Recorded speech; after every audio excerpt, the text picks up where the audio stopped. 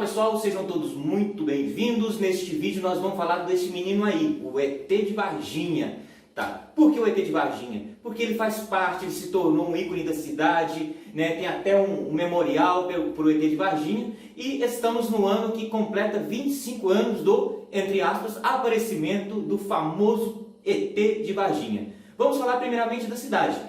Varginha está entre as cidades mais desenvolvidas de Minas Gerais. Fica no sul de Minas, tem uma população acima de 130 mil habitantes e se destaca no que tem respeito à tecnologia, ou seja, o polo tecnológico de Varginha é bem conhecido. Ali estão instaladas diversas empresas de tecnologia, como a Samsung, Valita e outras.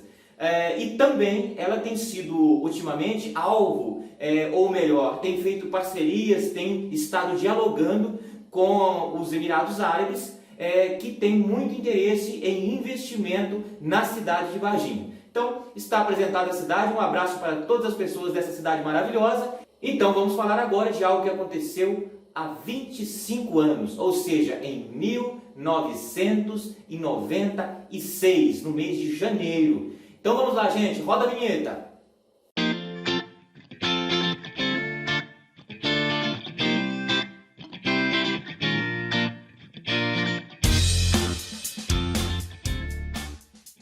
E para entendermos a história, né, como foi o desenrolar da história, nós temos que dividir em alguns fatos. Né? Primeiramente, a história da dona Oralina e do senhor Eurico Freitas. O que aconteceu? Era janeiro de 1996, ali por 1h da manhã, foi de madrugada, a dona Oralina acordou com um barulho gigantesco no pasto e abriu a janela. Quando ela abriu a janela, ela enxergou o quê? As vacas todas desesperadas, correndo, e aí ela foi lá, chamou o marido. Então ela e o marido saem e presenciam uma nave espacial cinzenta que não emitia som. E era aquilo que estava espantando o gado.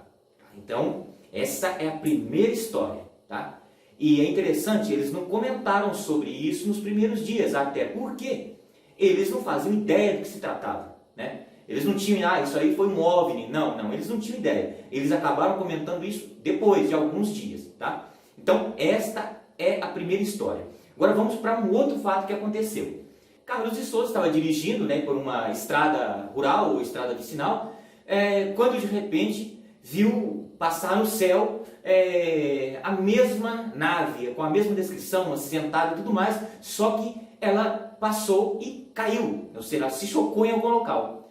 E o que o Carlos fez? O Carlos pegou e começou a procurar, não, eu vi, eu tenho certeza, eu vou encontrar, e depois de muito tempo ele encontrou o local onde que tinha acontecido a queda dessa nave, né, com as mesmas descrições que foram narradas pelo casal. Quando ele chegou no local, estava cheio de militares lá no local. E esses militares vieram até ele, né, e instruíram que ele não contasse para ninguém, que ele ficasse quietinho, não contasse para ninguém. E acontece que o Carlos não deu muita atenção e acabou contando isso, e pior ainda, né, ele levou isso para ufólogos, que levaram isso para revistas especializadas em ufologia. No caso, o Birajara Rodrigues, né, e também o Marco Petit. Então esses dois escreveram baseado na narrativa do Carlos. Né? Então essa foi a segunda história que ocorreu, tudo naqueles mesmos dias. Né? Então agora nós vamos para a terceira história, o terceiro fato, que aí a coisa vai começando a ficar mais, chamar mais ainda a atenção da mídia. A parte que envolve os militares é a parte que deu mais o que falar. Por quê? Segundo as pessoas que testemunharam, né, houve ali então a presença de um veículo da Escola de Sargento de Três Corações.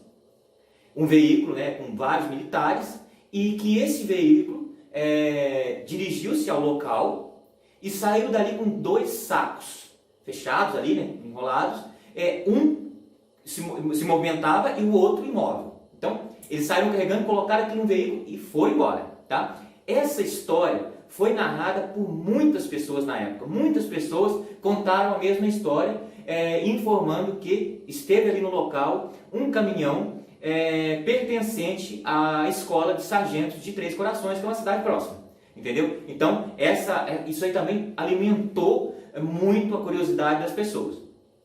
Agora, esse outro fato ocorreu ali mais ou menos pelo dia 20. Três moças, a Kátia, a Liliane e a Valquíria, né? Acho que a Kátia de 22 anos na época, a Liliane com 16 e a Valquíria com 14. Elas estavam caminhando ali pela região quando, num loteamento perto de um muro, elas se depararam com um ser, né, de baixinho, marrom, assim elas narraram, que estava agachado com a mão assim entre as pernas, e esse ser, né, tinha também 3 morrinhos assim para cima da testa. Então elas chegaram desesperadas, contaram isso em casa para a mãe de uma delas, e a mãe foi até o local, mas já não encontraram nada, tá? Então nós temos aí a segunda história, e essa questão das meninas, elas acabou levando ainda mais adiante toda aquela discussão, todo aquele debate sobre o que realmente estaria acontecendo lá em Varginha. E essas meninas, depois, com o passar dos dias, dos meses, elas passaram a ter um problema imenso. Elas começaram a receber visitas de pessoas que estavam oferecendo dinheiro para que elas fossem até a televisão e negassem tudo. Então, isso elas vieram narrar posteriormente. Então, elas ficaram numa situação terrível. Eles inclusive, ofereceram para elas a possibilidade de elas mudarem do país e tal, dar muito dinheiro para elas, mas para elas negarem aquela história. O que acontece? Elas ficaram com muito medo, a mãe também. A mãe começou a receber muita ligação na época. E o que elas fizeram? Elas foram até a televisão e aos jornais e tal, e narraram que estavam sendo ameaçadas, pressionadas, não tinham mais condições. Quando elas fizeram isso, simplesmente cessou então essas chantagens, essas negociações, para que elas negassem a história.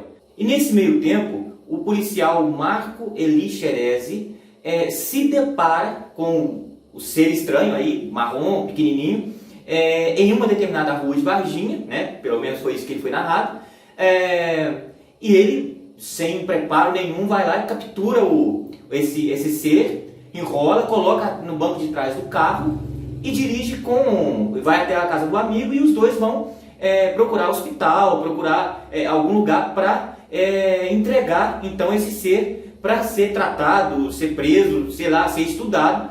E eles começam a ir no final das contas, e quando eles narram essa história, obviamente a mídia vai atrás dos hospitais onde que eles narraram que tinham ido, né? E o que aconteceu ali naquele momento?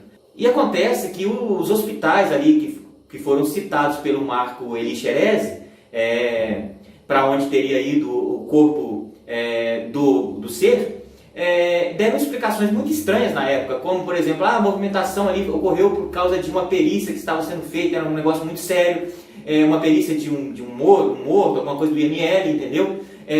Outro já deu explicação de que toda aquela movimentação foi porque eles estavam fazendo parto de uma anã, e era um parto de alto risco.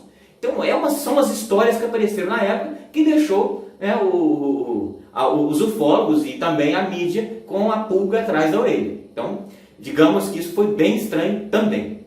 E para completar a história, o escritor Pacatini escreveu um livro, né, sobre todo o fato, sobre as narrações, sobre as narrativas do aparecimento de criaturas do espaço em Varginha. O que lhe rendeu um processo por parte do Exército, né, porque a história envolvia o Exército, o Exército estava sendo acusado de estar encobertando, né, o assunto, né, a história, o fato, mas ele acabou sendo inocentado posteriormente, e as explicações foi que foi um mal entendido e que na verdade o ET de Varginha,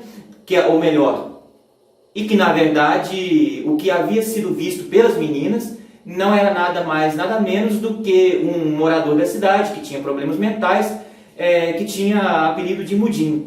Então ficou por isso mesmo, esfriou isso da mídia, tanto brasileira como internacional. O assunto foi passando os anos, foi diminuindo os comentários, E Varginha, para falar a verdade, acabou aproveitando o sucesso, né? E construiu monumentos, acabou recebendo mais visitantes, acabou fomentando até o turismo na cidade, né? Que ela é uma cidade que tem economia baseada principalmente na questão de tecnologia, devido ao polo tecnológico. É uma cidade que quer ser a primeira cidade inteligente, né? Sempre envolvendo a parte de tecnologia, avanço tecnológico. É uma cidade que, além de ser conhecida por ser um polo de tecnologia, de estar entre as cidades mineiras mais desenvolvidas, se eu não me engano, em 2018, ela era a quinta cidade mais desenvolvida do estado de Minas Gerais, né? Vamos saber no próximo censo como que isso vai ficar.